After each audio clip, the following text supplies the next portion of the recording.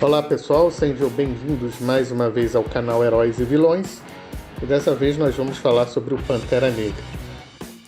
Falando um pouco sobre as aparições do Pantera Negra nos cinemas, começaram nos anos 90. A princípio a ideia era fazer um filme com Wesley Snipes no papel do herói principal. Apesar disso, foi só em 2005 que o projeto começou a ganhar vida. A ideia era incluir o Pantera entre as produções do universo cinematográfico da Marvel.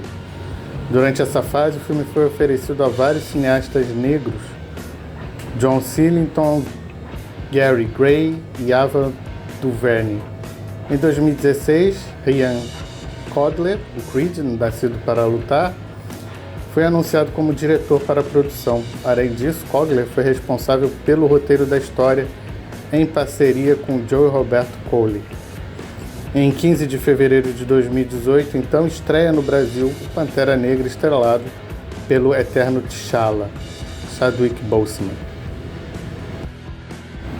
Com produção prevista para começar por volta de março, Pantera Negra 2 vai precisar ser totalmente reinventado após a morte do astro, o Chadwick Boseman. No momento, o estúdio não sabe o que fazer, porque o autor não tinha informado a ninguém da produção do filme ou da Marvel sobre a sua doença. Não havia um plano B, porque, segundo o site The Hollywood Reporter, Boseman estava acreditava realmente na ideia da cura. Então não existia um plano B para substituir ele no papel.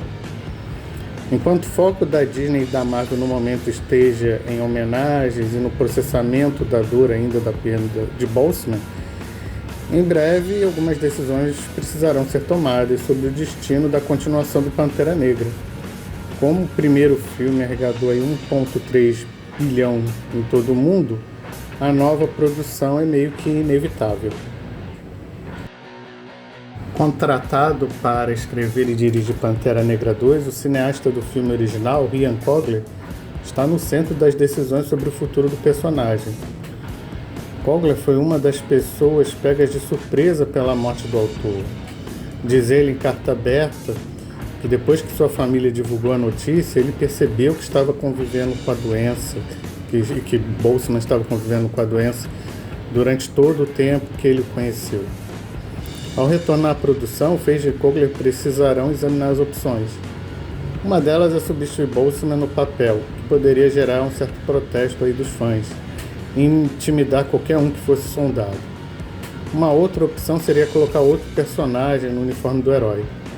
O mais plausível seria fazer da irmã de T'Challa, Shuri, a nova Pantera Negra. Essa evolução teria inclusive paralelos com eventos já retratados nas HQs. Caso opte por essa alternativa, o filme ainda precisará explicar o que aconteceu com T'Challa e mostrar a transição entre os heróis. Vale lembrar que a Disney já lidou anteriormente com a morte de uma protagonista nas franquias do Star Wars, quando Carrie Fisher faleceu antes das filmagens de Star Wars Ascensão Skywalker. Após o impacto inicial da perda de Boseman, o estúdio deve enfrentar o mesmo processo que acompanhou a tomada de decisão sobre o destino da princesa Leia no final da saga Star Wars. Tudo indica que a Disney pode traçar um paralelo como fez com o Star Wars. Algumas curiosidades sobre o Pantera Negra: como a gente já falou, a origem dele foi em julho de 1966, 2 meses antes do Partido dos Panteras Negras nos Estados Unidos. Como muitas pessoas acabaram relacionando o nome do partido à história da trama, o personagem passou a se chamar Leopardo Negro por um certo período de tempo. Mas nem os leitores nem os criadores abraçaram a ideia. No final, pode-se perceber que essa mudança não durou por muito tempo, e o nome Pantera Negra retornou com tudo. Outro ponto sobre o nome Wakanda: ele foi inspirado em uma tribo do Quênia chamada Wakamba, mas que também ficou conhecido como Kamba. Um detalhe interessante sobre a história do Pantera Negra. T'Challa também foi conhecido como o Rei dos Mortos. Em Wakanda, há uma cidade morta conhecida como Necrópole, e o resto de todos os ancestrais dos Panteras Negras do passado, que tinham o título, são enterrados ali. E os seus espíritos também ficam por ali. Para T'Challa foi dado poderes de aprimoramento místicos pela deusa Bast, quando ele se tornou Rei dos Mortos. Todas as suas capacidades humanas máximas foram elevadas a um nível sobre-humano, a um ponto ainda desconhecido. Ou seja, ainda tem muito que explorar do potencial do Pantera Negra. Outro ponto interessante é que ele se casou com a Tempestade, Ororo Murai, num dos crossovers com os X-Men.